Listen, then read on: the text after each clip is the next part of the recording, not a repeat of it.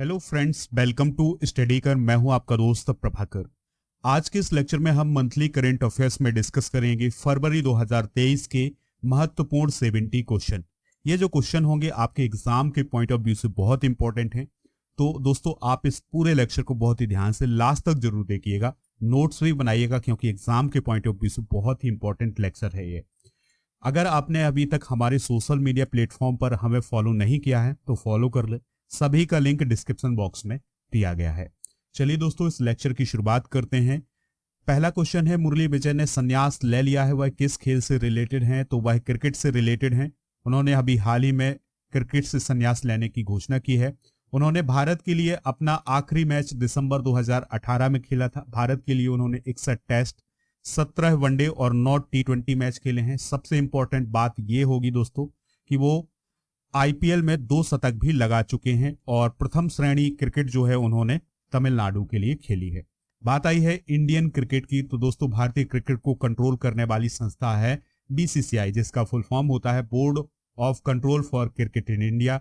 स्थापना 1928 में, मुख्यालय मुंबई में। अध्यक्ष हैं रोजर बिन्नी, जय शाह सचिव हैं, उपाध्यक्ष हैं राजीव शुक्ला, कोषाध्यक्ष हैं आशीष सेलार, संयुक्त सचिव हैं देवजीत सैकिया और अरुण धूमल जो है वो आईपीएल के अध्यक्ष हैं। भारतीय वायुसेना के नए उप प्रमुख कौन बने हैं? वो बने हैं दोस्तों अमनप्रीत सिंह। अमनप्रीत सिंह ने किसका स्थान लिया है? एयर मार्शल संदीप सिंह का। दोस्तों, जो अमनप्रीत सिंह हैं वो सेंट्रल वायु कमान के वायु अधिकारी, कमांडिंग इन चीफ के रूप में अभी वर्तमान में काम कर रहे थे। और दोस्तों, बात करें भारतीय वायुसेना की, तो इसकी स्थापना 8 अक्टूबर 1932 को हुई थी। वायुसेना के प्रमुख कौन है? एयर चीफ मार्शल विवेक राम चौधरी। बात करें वर्तमान सीडीएस की, तो लेफ्टिनेंट जनरल अनिल चौहान जो हैं वो वर्तमान सीडीएस हैं। थल सेना प्रमुख कौन है? जनरल मनोज पांडे। नौसेना प्रमुख कौन है? Admiral R Hari Kumar. चलिए दोस्तों, आपके लिए एक इंफॉर्मेशन है कि अगर आप मध्य प्रदेश की किसी भी एग्जाम की तैयारी कर रहे हैं या फिर एसएससी बैंकिंग किसी भी एग्जाम की तैयारी कर रहे हैं, तो उसके लिए मॉक टेस्ट जो हैं हमारे ऐप पर उपलब्ध हैं। हिंदी और अंग्रेजी दोनों माध्यम में उपलब्ध हैं, तो आप इन्हें ज्वाइन करिएगा, आपके एग्जाम के लिए बहुत ही इंपॉर्टेंट हैं। अगर आप इनमें डिस्काउंट पाना चाहते हैं तो मेरा कूपन कोड यूज करिएगा PS100, आपको इसमें डिस्काउंट मिल जाएगा। इसके अलावा दोस्तों, जो डेली करंट अफेयर्स का PDF होता है वो भी आपको हमारे ऐप पर मिलता है, तो ऐप को डाउनलोड कर लें, नीचे डिस्क्रिप्शन बॉक्स में उसका लिंक है। अगला क्वेश्चन है, पेट्र पावेल किस देश के राष्ट्रपति बने हैं? तो वह चेक रिपब्लिक के राष्ट्रपति बने हैं। और जो पेट्र पावेल हैं वो नाटो के सैन्य समिति के पूर्व अध्यक्ष भी रह चुके हैं। चेक रिपब्लिक की बात करें तो दोस्तों, इसकी जो कैपिटल है वो है प्राग और लैंडलॉक्ड कंट्री है। ऐतिहासिक रूप से इसे बोहेमिया के नाम से जाना जाता है। वर्तमान में चेक रिपब्लिक के जो प्रधानमंत्री हैं वो हैं पेट्र फियाला। गणतंत्र दिवस परेड 2023 की सर्वश्रेष्ठ झांकी किस राज्य की चुनी गई है? तो वह चुनी गई है उत्तराखंड की।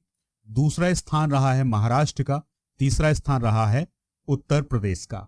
ठीक है, उत्तराखंड की जो झांकी थी उसका नाम था मानस खंड। दोस्तों, पंजाब रेजिमेंट की जो टुकड़ी थी उसे सर्वश्रेष्ठ मार्चिंग टुकड़ी के रूप में भी चुना गया है। लाडली बहना योजना किस राज्य में शुरू हुई है? मध्य प्रदेश में।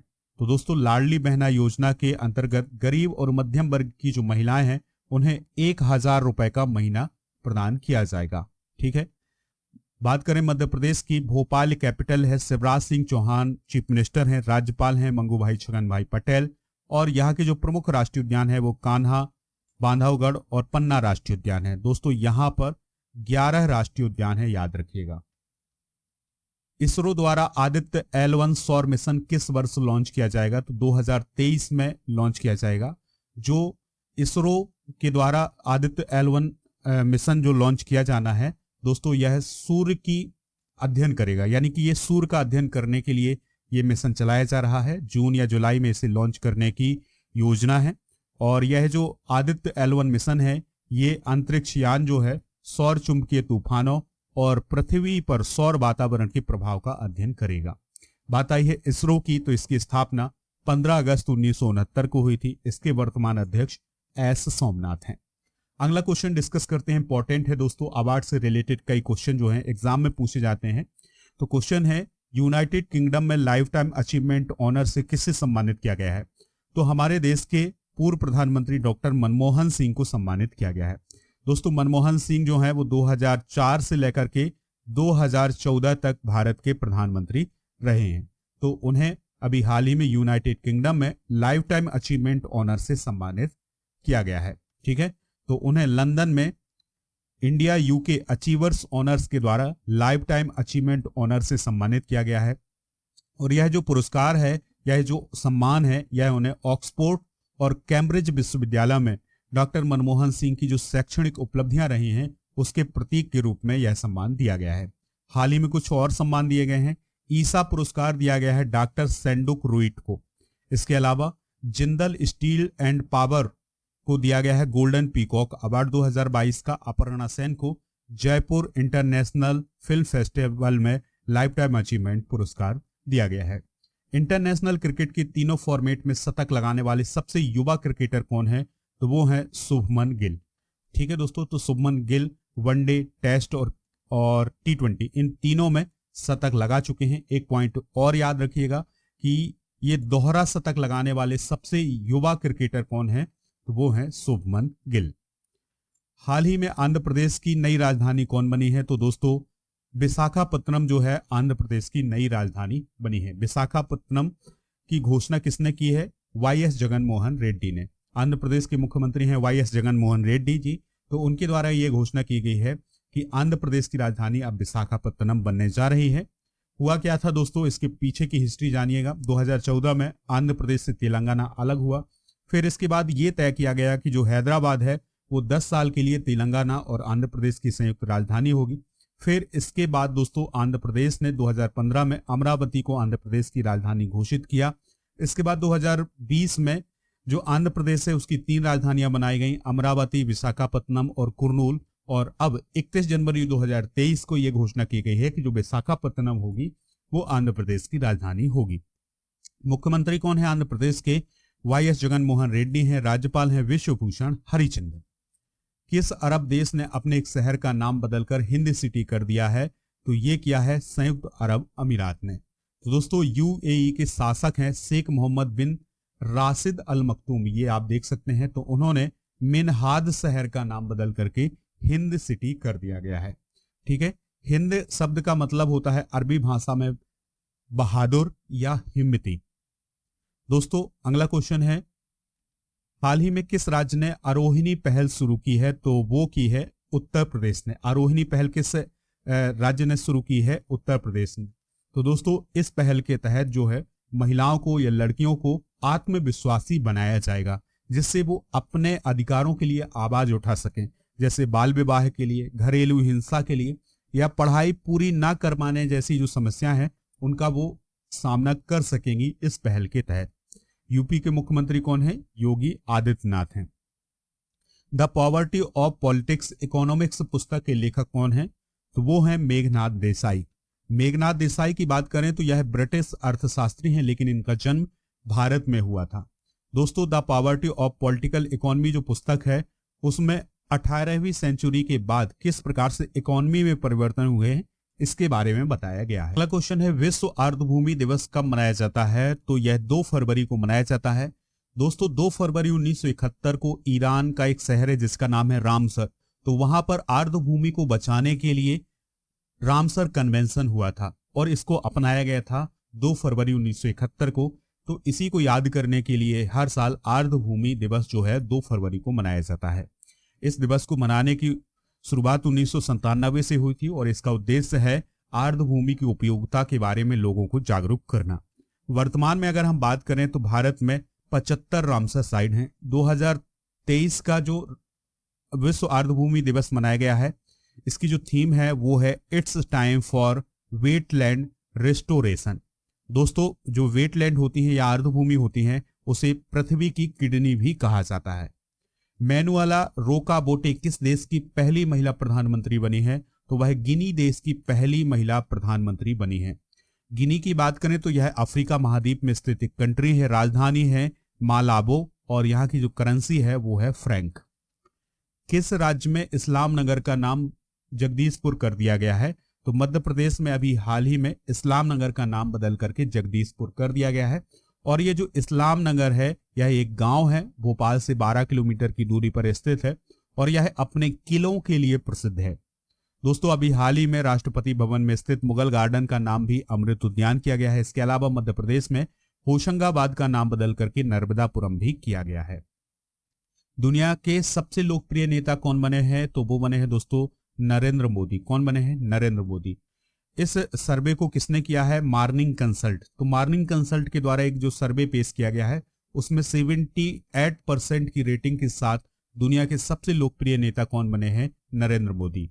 और जो मैक्सिकन राष्ट्रपति है एंड्रेस मैनुअल लोपेज ओब्रेडोर, वो दूसरे स्थान पर हैं। इसके अलावा स्विस राष्ट्रपति एलेन वर्सेट जो हैं वो तीसरे स्थान पर हैं। जो बाइडेन जो हैं वो 7वें स्थान पर हैं। जस्टिन ट्रूडो जो हैं वो 9वें स्थान पर हैं। हाल ही में कौन सा देश अंतर्राष्ट्रीय सौर गठबंधन में शामिल हुआ है? तो दोस्तों उस देश का नाम है कांगो गणराज्य। क्या नाम है? कांगो गणराज्य। ठीक है, तो भारत ने अंतर्राष्ट्रीय सौर गठबंधन में अभी हाल ही में कांगो गणराज्य के शामिल होने का स्वागत किया है। बात कर लेते हैं अंतर्राष्ट्रीय सौर गठबंधन की। इसकी स्थापना नवंबर 2015 में हुई थी भारत और फ्रांस के द्वारा। यह वन सन वन वर्ल्ड और वन ग्रिड को लागू करने के लिए एक नोडल एजेंसी है। इसका मुख्यालय गुरुग्राम हरियाणा में है। स्वस्थ गर्भ ऐप एम्स और किस आईआईटी के द्वारा डेवलप किया गया है? तो ये आईआईटी रुड़की के द्वारा डेवलप किया गया है। इस ऐप के माध्यम से गर्भवती महिलाओं को प्रसव पूर्व देखभाल और वास्तविक समय पर चिकित्सा सहायता प्रदान की जाती है। एम्स का फुल फॉर्म क्या होता है? All India institute of medical science. अभी हाल ही में प्रहरी ऐप को लॉन्च किया गया है बीएसएफ के द्वारा, जलदूत केंद्रीय ग्रामीण विकास मंत्रालय के द्वारा, साइन लर्न ऐप भारत सरकार के द्वारा और स्केल ऐप केंद्रीय शिक्षा मंत्रालय के द्वारा लॉन्च किया गया है। तो दोस्तों ये सभी ऐप भी आप नोट डाउन कर लीजिएगा। एशिया का पहला फ्लोटिंग फेस्टिवल मध्य प्रदेश के किस शहर में शुरू हुआ है? मंदसौर में शुरू हुआ है। ठीक है, मध्य प्रदेश की जो पर्यटन मंत्री हैं उषा ठाकुर जी, उनके द्वारा इसका उद्घाटन किया गया है। और यह जो फ्लोटिंग फेस्टिवल है ये इंडियन ओशन रॉक बैंड के प्रदर्शन के साथ शुरू हुआ था। और दोस्तों ये गांधी सागर फ्लोटिंग फेस्टिवल जो है ये हुआ है, मतलब इसका नाम जो है वो गांधी सागर फ्लोटिंग फेस्टिवल था। अगला क्वेश्चन है हॉकी में किसके उत्कृष्ट योगदान के लिए FIH प्रेसिडेंशियल पुरस्कार से सम्मानित किया गया है? तो दोस्तों इसका आंसर होगा VK पांड्यन को। किसे? VK पांड्यन को। तो FIH के अध्यक्ष तैयब इकराम ने ओडिशा के मुख्यमंत्री के सचिव VK पांड्यन को हॉकी में उनके उत्कृष्ट योगदान के लिए FIH अध्यक्ष पुरस्कार प्रदान किया है।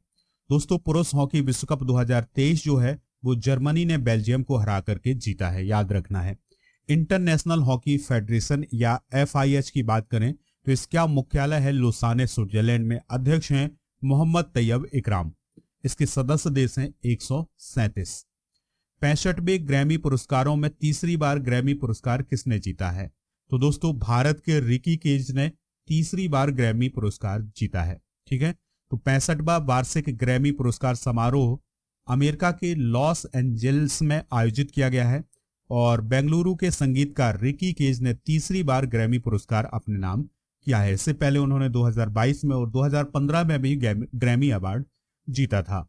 रिकी केज के एल्बम डिवाइन टाइड्स के लिए उन्हें यह पुरस्कार मिला है। दोस्तों रिकी केज ग्रैमी पुरस्कार जीतने वाले भारत के सबसे कम उम्र के व्यक्ति हैं। 2023 के ग्रैमी पुरस्कार विजेताओं की बात करें तो record of the year Lizzo को मिला है। Album of the year Harry Styles Harry's house को मिला है और song of the year Lizzo about damn time को मिला है और बेस्ट न्यू आर्टिस्ट का अवार्ड समारा जॉय को मिला है। ठीक है दोस्तों, बात करें अगर हम ग्रैमी अवार्ड की तो यह संगीत के क्षेत्र में दिया जाता है। रिकॉर्डिंग एकेडमी के द्वारा यह प्रदान किया जाता है और यह पुरस्कार 1959 से प्रदान किया जा रहा है। पीएम मोदी ने एशिया के सबसे बड़े हेलीकॉप्टर कारखाने का उद्घाटन कहाँ किया है? बहुत ही इंपॉर्टेंट क्वेश्चन हो जाएगा। आंसर हो जाएगा इसका तुमकुरू में। कहां पर दोस्तों? तुमकुरू में। तो प्रधानमंत्री नरेंद्र मोदी ने 6 फरवरी 2023 को तुमकुरू में हिंदुस्तान एरोनॉटिक्स लिमिटेड या HAL के हेलीकॉप्टर कारखाने का उद्घाटन किया है। यह हेलीकॉप्टर फैक्ट्री एशिया की सबसे बड़ी हेलीकॉप्टर निर्माण सुविधा है। दोस्तों शुरुआत में लाइट यूटिलिटी हेलीकॉप्टर का उत्पादन किया जाएगा यहाँ पर और कारखाना हर साल लगभग 30 हेलीकॉप्टरों का उत्पादन करेगा। दोस्तों, इसकी आधारशिला 2016 में प्रधानमंत्री नरेंद्र मोदी जी के द्वारा की गई थी। हिंदुस्तान एरोनॉटिक्स लिमिटेड की बात करें तो यह एरोस्पेस और रक्षा कंपनी है।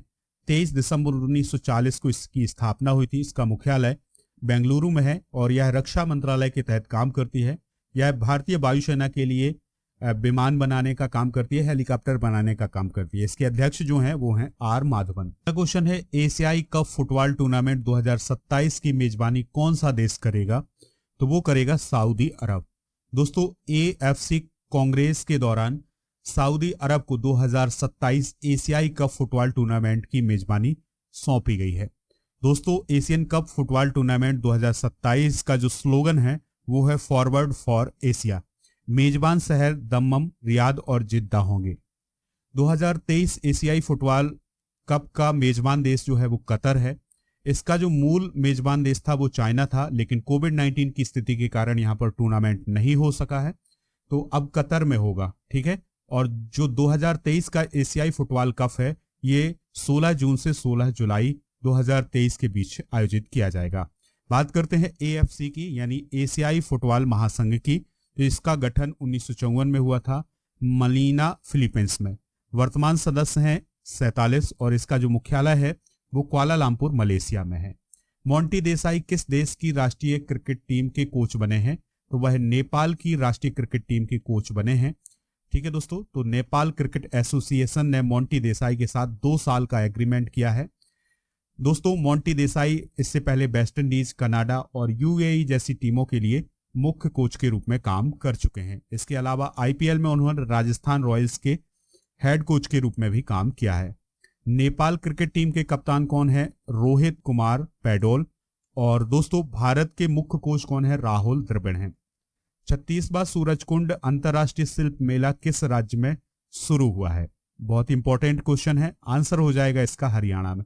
तो सूरजकुंड अंतर्राष्ट्रीय शिल्प मेला हरियाणा में आयोजित किया गया है। कब दोस्तों? 3 फरवरी को। ठीक है, तो 3 फरवरी से 19 फरवरी तक इसका आयोजन किया गया है।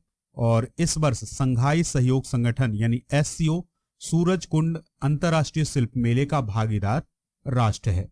और दोस्तों, 2023 के लिए थीम राज्य उत्तर पूर्वी क्षेत्र यानी NER है, जबकि जम्मू और कश्मीर साल 2022 के लिए थीम राज्य था। सूरजकुंड अंतर्राष्ट्रीय शिल्प मेले की बात करें तो यह मेला 1987 से लगाया जा रहा है। इसमें जो कुशल कारीगर होते हैं वो अपनी कला का प्रदर्शन करते हैं, यानी यहाँ पर जो शिल्पकार होते हैं वो अपना जो शिल्प कला है उसका प्रदर्शन करते हैं और यहाँ पर वस्तुएं बेची और खरीदी जाती हैं। ठीक है दोस्तों, इसके अलावा याद रखिएगा, गंगा सागर मेला पश्चिम बंगाल में लगता है, पुष्कर मेला राजस्थान में, सोनपुर मवेशी मेला बिहार में लगता है और हेमेस गोम्पा मेला जो है वो लद्दाख में लगता है। परवेज मुशर्रफ का निधन हो गया है। वह किस देश के पूर्व राष्ट्रपति थे? पाकिस्तान के पूर्व राष्ट्रपति थे, उनका निधन हो गया है। 1999 में तख्ता पलट करके वो सत्ता में काबिज हुए थे। 1999 में सरकार के सैन्य अधिग्रहण के बाद मुशर्रफ सत्ता में आए और जून 2001 में पाकिस्तान के 10वें राष्ट्रपति बने। 2016 में वो दुबई चले गए थे। इसके बाद दोस्तों अब जो 2023 है उसमें उनका निधन हो गया है। युवा संगम पंजीकरण पोर्टल कहाँ लॉन्च किया गया है? तो दोस्तों यह नई दिल्ली में लॉन्च किया गया है।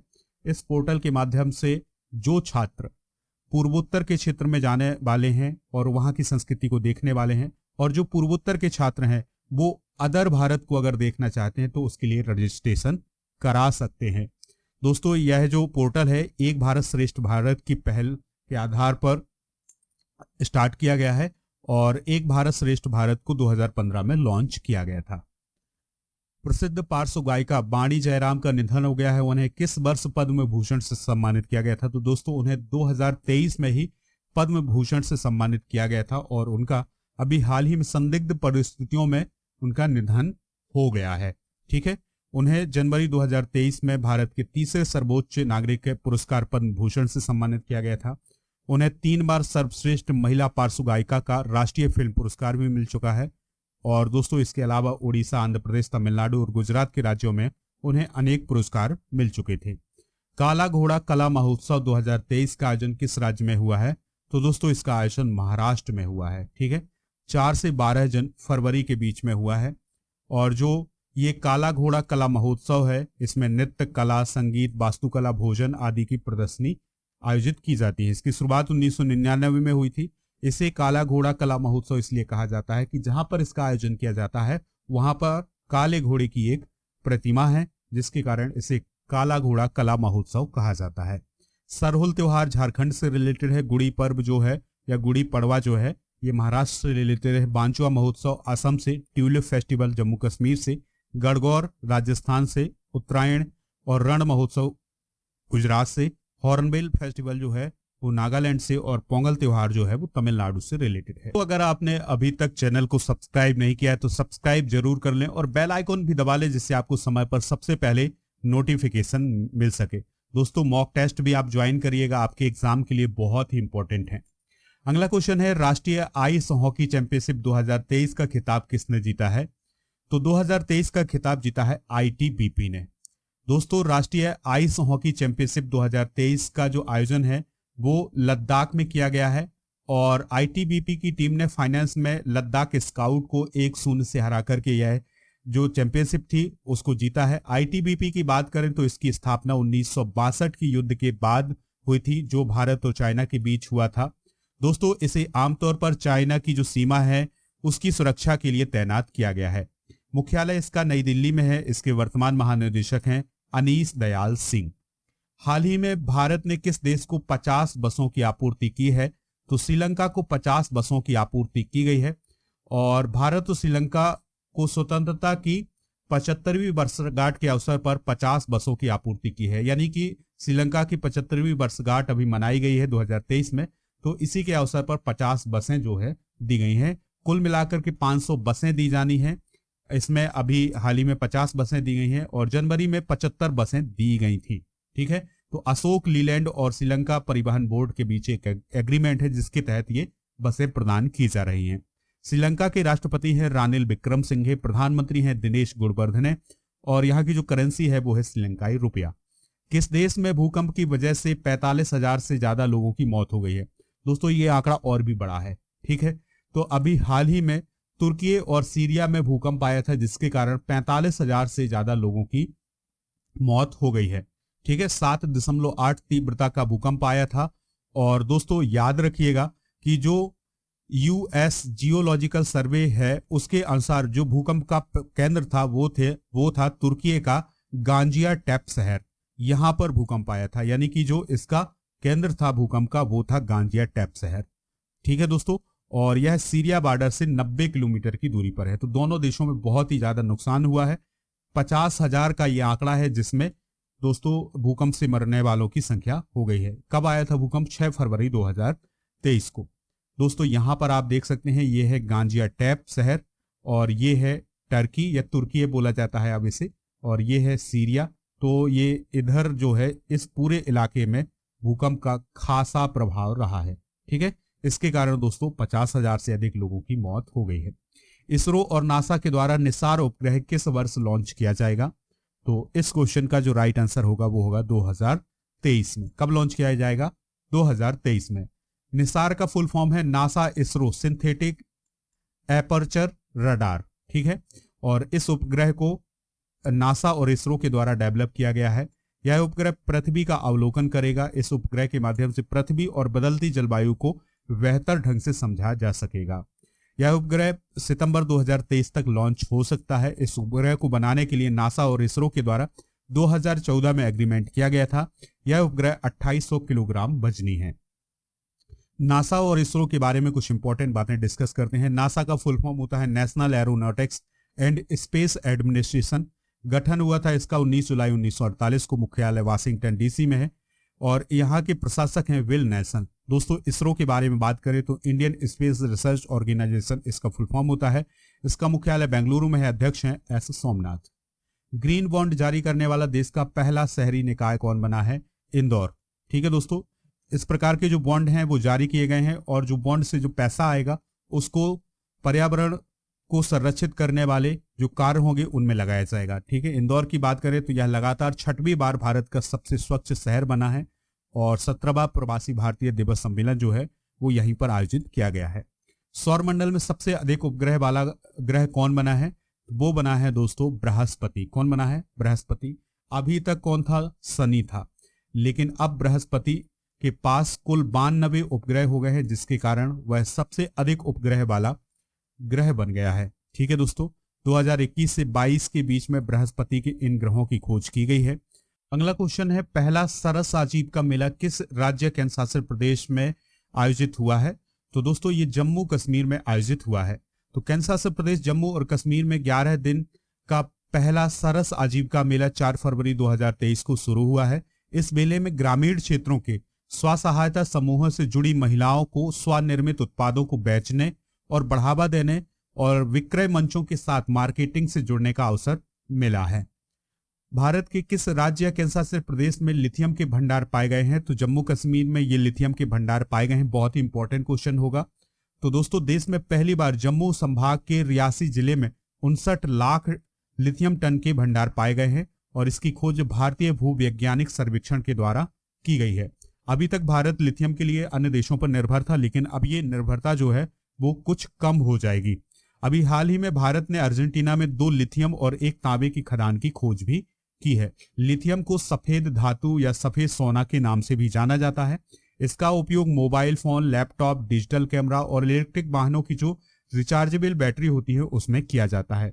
सबसे अधिक जो लिथियम है उसका उत्पादन चिली, ऑस्ट्रेलिया और अर्जेंटीना में किया जाता है। भारत ने तुर्की में भूकंप प्रभावित लोगों को राहत देने के लिए कौन सा ऑपरेशन चलाया है? तो ऑपरेशन दोस्त चलाया है। दोस्तों 6 फरवरी 2023 को तुर्की और सीरिया में 7.8 तीव्रता का भूकंप आया था। इसमें लगभग 45,000 से अधिक लोगों की मृत्यु हो गई है। तो उसमें राहत के लिए भारत ने ऑपरेशन दोस्त चलाया था, जिसमें भारत के एनडीआरएफ के जवान और भारतीय सेना के जो जवान थे वो वहां पर पहुंचे और उन्होंने सहायता प्रदान की है। SSLV D2 रॉकेट को किसने लॉन्च किया है? तो अभी हाल ही में इसरो ने इसे लॉन्च किया है। SSLV का फुल फॉर्म होता है स्मॉल सैटेलाइट लॉन्च व्हीकल, यानी छोटे सैटेलाइट को लॉन्च करने के लिए जो व्हीकल बनाया गया है उसे SSLV कहा जाता है। और दोस्तों इस व्हीकल के माध्यम से अभी हाल ही में EOS यानी अर्थ ऑब्जर्वेशन सैटेलाइट 7, आजाद सैट 2 और जेनुस फर्स्ट को लॉन्च किया गया है। ग्लोबल क्वालिटी इंफ्रास्ट्रक्चर इंडेक्स 2021 में भारत की रैंक क्या है? तो भारत की 10वीं रैंक है। और दोस्तों इस इंडेक्स में किसी भी देश का जो मूलभूत इंफ्रास्ट्रक्चर होता है, हेल्थ, एजुकेशन, इन सबको देखा जाता है। तो इसमें भारत की रैंक 10वीं है और जर्मनी पहले स्थान पर है, चाइना, अमेरिका, ब्रिटेन, जापान फिर इसके बाद है। इसमें 184 देशों को शामिल किया गया था। हाल ही में जारी किए गए कुछ महत्वपूर्ण सूचकांक डिस्कस करते हैं। हैनले पासपोर्ट इंडेक्स में भारत की रैंक 85, ग्लोबल हंगर इंडेक्स में 107, ग्लोबल इनोवेशन इंडेक्स 2022 में 40, लोकतंत्र सूचकांक 2022 में 46, विश्व प्रेस स्वतंत्रता सूचकांक 2022 में 150, विश्व खुशहाली सूचकांक 2022 में 136, वैश्विक लैंगिक अंतर सूचकांक 2022 में 135, सतत विकास सूचकांक 2022 में 121 रैंक है भारत की। सैफी एकेडमी किस शहर में स्थित है, जिसके नए परिसर का उद्घाटन पीएम मोदी जी के द्वारा किया गया है? तो ये मुंबई में स्थित है। ठीक है, और इसे अलजामिया तुस सैफिया के नाम से भी जाना जाता है और यह एक शैक्षणिक संस्थान है और यह दाऊदी बोहरा समुदाय से रिलेटेड शैक्षणिक संस्थान है। दोस्तों अगर आपको लेक्चर पसंद आ रहा हो तो आप इसे लाइक जरूर कर दें और शेयर कर दें सभी दोस्तों को सभी सोशल मीडिया प्लेटफॉर्म पर। किस राज्य सरकार ने वन फैमिली वन आईडी के निर्माण के लिए अभी हाल ही में पोर्टल लॉन्च किया है? तो उत्तर प्रदेश की सरकार ने यह पोर्टल लॉन्च किया है। इसके माध्यम से एक परिवार को एक आईडी प्रदान की जाएगी। सबसे तेज 400 टेस्ट विकेट लेने वाले भारतीय गेंदबाज कौन बने हैं? सॉरी, तेज गेंदबाज नहीं, भारतीय गेंदबाज हैं। तो वो कौन है? आर अश्विन बने हैं। ठीक है, तो आर अश्विन ने 450 टेस्ट विकेट लिए हैं और उन्होंने 89 टेस्ट मैच खेले हैं इसके लिए। इससे पहले अनिल कुंबले ने भी 450 विकेट लिए थे, जिसके लिए उन्होंने 93 टेस्ट खेले थे। एशिया का सबसे बड़ा एयर शो कहां आयोजित किया गया है? तो यह है कर्नाटक की कैपिटल बेंगलुरु में आयोजित किया गया है। 13 से 17 फरवरी तक आयोजित किया गया था। इसमें जो भारतीय विमान है उनका प्रदर्शन किया गया, हेलीकॉप्टर, विमान, उन सब का प्रदर्शन किया गया है। इसका उद्देश्य जो है वो भारत में निवेश को प्रभावित करना, यानी कि भारत में जो रक्षा से संबंधित निवेश है वो और अधिक बढ़े, तो इसके लिए ये एयर शो आयोजित किया गया था। इसमें 98 देशों ने भाग लिया था। मोहम्मद शहाबुद्दीन किस देश के नए राष्ट्रपति बने हैं? तो वह बांग्लादेश के नए राष्ट्रपति बने हैं। वह बांग्लादेश के 22वें राष्ट्रपति हैं। उन्होंने अब्दुल हमीद का स्थान लिया है। ठीक है दोस्तों, बांग्लादेश की बात करें तो ढाका इसकी कैपिटल है। प्रधानमंत्री हैं शेख हसीना और दोस्तों राष्ट्रपति कौन है? मोहम्मद शहाबुद्दीन। यहाँ की जो करेंसी है वो है टका। खेलो इंडिया यूथ गेम 2022 में पहला स्थान किस राज्य का रहा है? तो पहला स्थान महाराष्ट्र का रहा है। दोस्तों खेलो इंडिया यूथ गेम का 5वां संस्करण जो है वो 11 फरवरी को शुरू हुआ था मध्य प्रदेश में, और इसमें दोस्तों महाराष्ट्र ने 56 गोल्ड सहित 161 मेडल जीते हैं। कुल मिलाकर के दूसरे नंबर पर रहा है हरियाणा, इसने 41 गोल्ड सहित 128 मेडल जीते हैं। और तीसरे स्थान पर रहा है मध्य प्रदेश, इसने 39 गोल्ड मेडल जीते हैं और कुल मिलाकर के 96 मेडल जीते हैं। ठीक है, तो 9 शहरों में आयोजित इन खेलों में 36 राज्यों और केंद्र शासित प्रदेशों के 5812 खिलाड़ियों ने इसमें हिस्सा लिया था। ठीक है, खेलो इंडिया यूथ गेम की बात करें तो 31 जनवरी 2023 से 18 फरवरी 2023 तक इसका आयोजन किया गया था, और इसमें पहली बार कैनोइंग, कैनो स्लाम और फेंसिंग यानी तलवारबाजी को शामिल किया गया था। और यह मध्य प्रदेश के 8 अलग अलग शहरों में आयोजित किया गया है, जिसमें भोपाल, इंदौर, जबलपुर, उज्जैन, महेश्वर, मंडला और बालाघाट शामिल हैं। दोस्तों 2018 में पहला एडिशन हुआ था खेलो इंडिया यूथ गेम का, और नई दिल्ली में हुआ था। पहले नंबर पर था हरियाणा। 2019 में पुणे में इसका आयोजन किया गया है, महाराष्ट्र पहले स्थान पर था। 2020 में गुवाहाटी में इसका आयोजन किया गया था, महाराष्ट्र पहले स्थान पर था। 2021 में पंचकुला में इसका आयोजन किया गया, हरियाणा पहले स्थान पर था। 2022 में भोपाल यानी 2022 का जो आयोजन है वो 2023 में हुआ है, भोपाल यानी मध्य प्रदेश में हुआ है। महाराष्ट्र इसमें पहले स्थान पर रहा है। अगला क्वेश्चन है, निकोस क्रिस्टोडोलाइड किस देश के नए राष्ट्रपति बने हैं? तो दोस्तों वह साइप्रस के नए राष्ट्रपति बने हैं। कौन? निकोस क्रिस्टोडोलाइड। साइप्रस की बात करें, यह यूरोप महाद्वीप में है। निकोसिया कैपिटल है। यूरो यहाँ की करेंसी है। 1960 में इसे ब्रिटेन से आजादी मिली थी। साइप्रस की लोकेशन ये आप देख सकते हैं, यहीं पर है टर्की और ये सीरिया। अगला क्वेश्चन है, हैदराबाद ई प्रिक्स का खिताब किसने जीता है? जीन एरिक बर्गेन ने जीता है, फ्रांस के हैं ये। हैदराबाद ई प्रिक्स का आयोजन हुसैन सागर झील के तट पर किया गया है, और जो विजेता ट्रॉफी है ये किसने दी थी? तो भारत के जो खेल मंत्री हैं अनुराग ठाकुर, उन्होंने ये ट्रॉफी प्रदान की है। पीसीआई ने किस पत्रकार को राजा राममोहन राय नेशनल अवार्ड के लिए चुना है? तो अन्ना भवानी कोटेश्वर प्रसाद को दोस्तों पीसीआई के द्वारा राजा राममोहन राय नेशनल अवार्ड के लिए चुना गया है। पीसीआई यानी प्रेस काउंसिल ऑफ इंडिया। ठीक है, तो उसने अन्ना भवानी कोटेश्वर प्रसाद को राजा राममोहन राय नेशनल अवार्ड के लिए चुना है। प्रेस काउंसिल ऑफ इंडिया की बात करें तो इसकी स्थापना 1978 में हुई थी, और यह देश में प्रेस के नियमन के लिए टॉप संस्था है। ICC player of the month जनवरी 2023 किसे चुना गया है? तो शुभमन गिल को चुना गया है। तो जनवरी महीने में श्रेष्ठ प्रदर्शन करने के लिए शुभमन गिल को सर्वश्रेष्ठ खिलाड़ी चुना गया है पुरुषों में। इसके अलावा इंग्लैंड की जो अंडर 19 की कप्तान है ग्रेस सिक्वेंस, उन्हें महिलाओं में सर्वश्रेष्ठ खिलाड़ी चुना गया है जनवरी 2023 के लिए। दोस्तों अभी हाल ही में आईसीसी पुरस्कार प्रदान किए गए हैं। तो सर गारफील्ड सोबर्स ट्रॉफी किसे प्रदान की गई है? बाबर आजम को। Rachael Heyhoe Flint trophy Nat Sciver को। पुरुष test cricketer of the year Ben Stokes को। पुरुष one day cricketer of the year Babar Azam को। महिला one day cricketer of the year Nat Sciver को।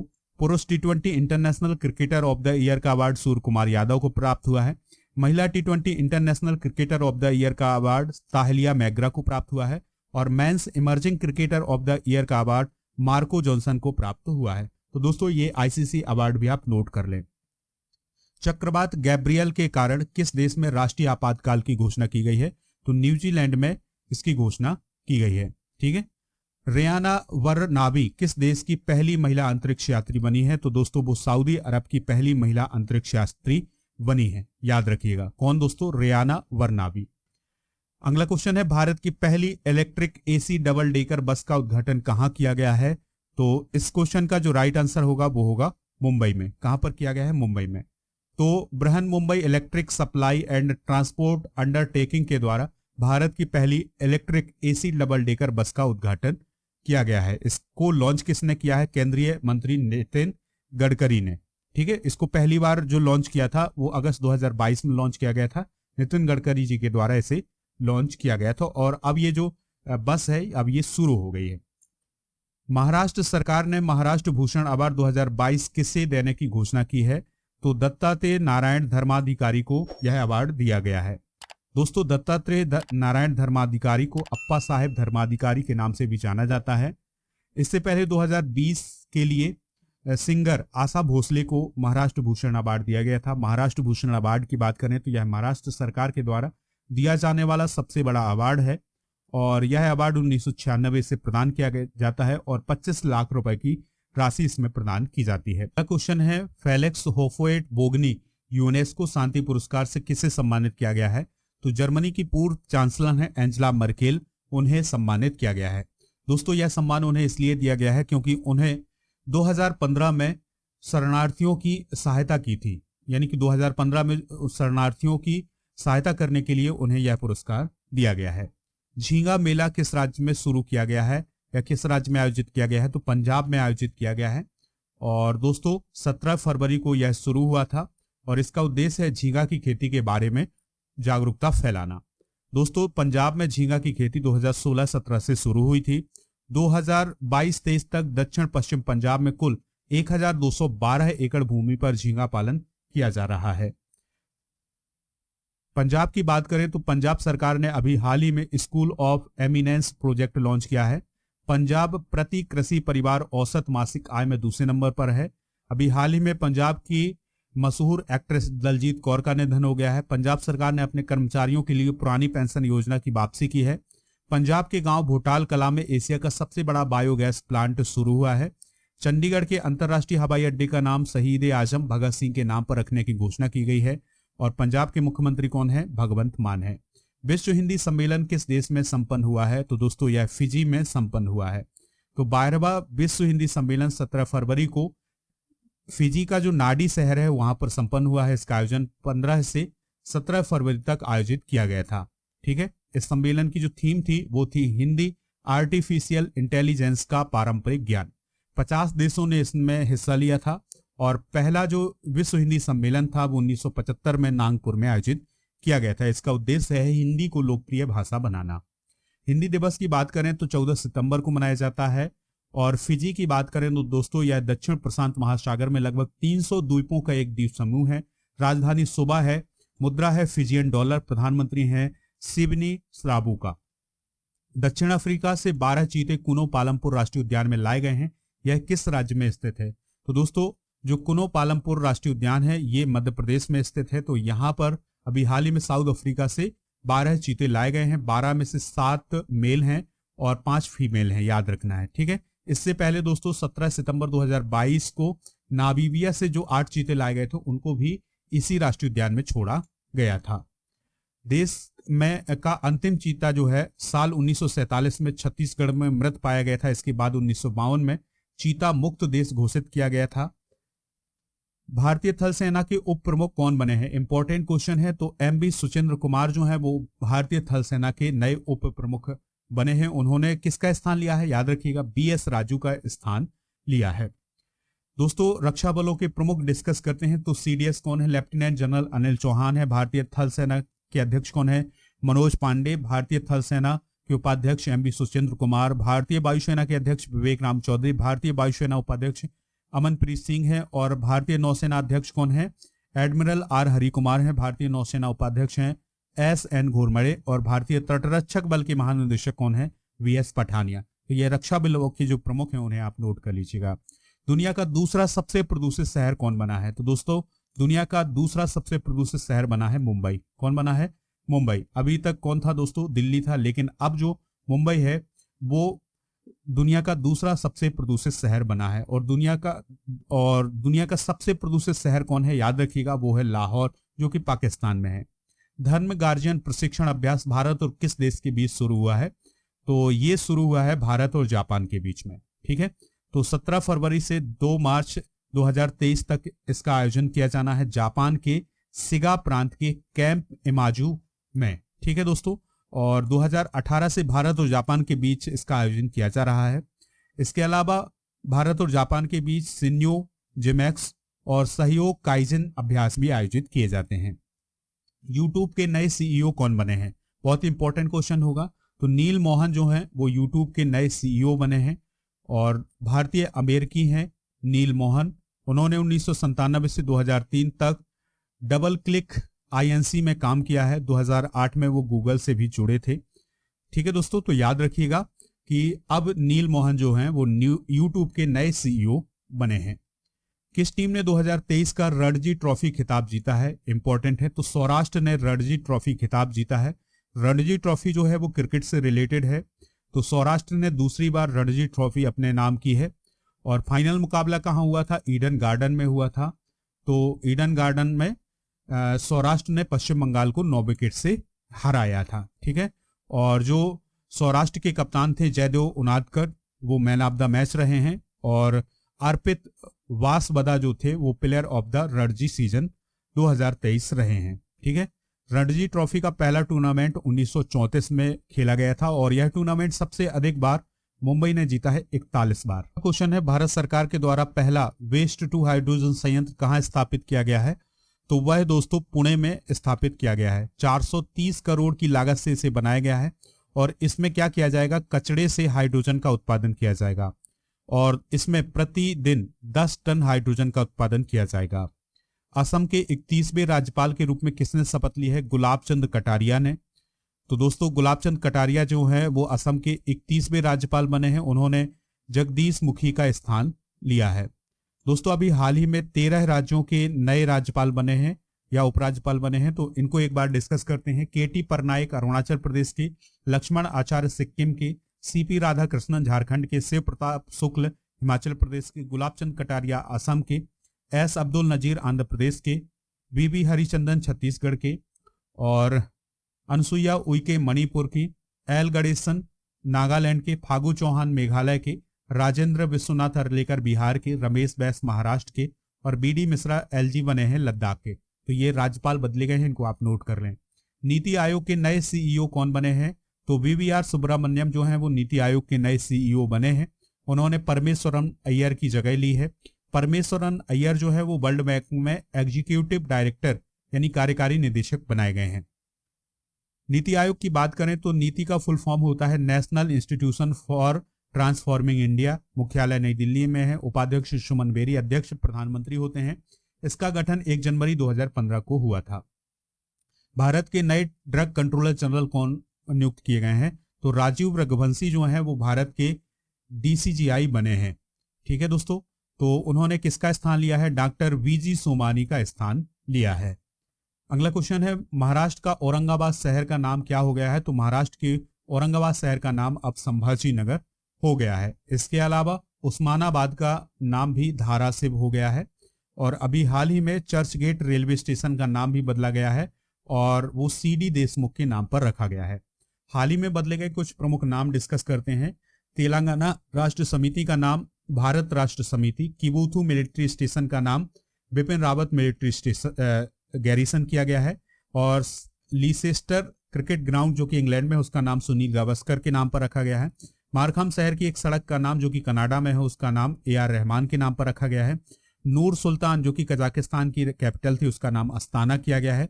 अंडमान निकोबार द्वीप समूह के 21 द्वीपों का नाम परमवीर चक्र विजेताओं के नाम पर रखा गया है। इस्लाम नगर का नाम जो कि भोपाल में है उसका नाम जगदीशपुर किया गया है और मंकी पॉक्स वायरस का नाम एम पॉक्स किया गया है।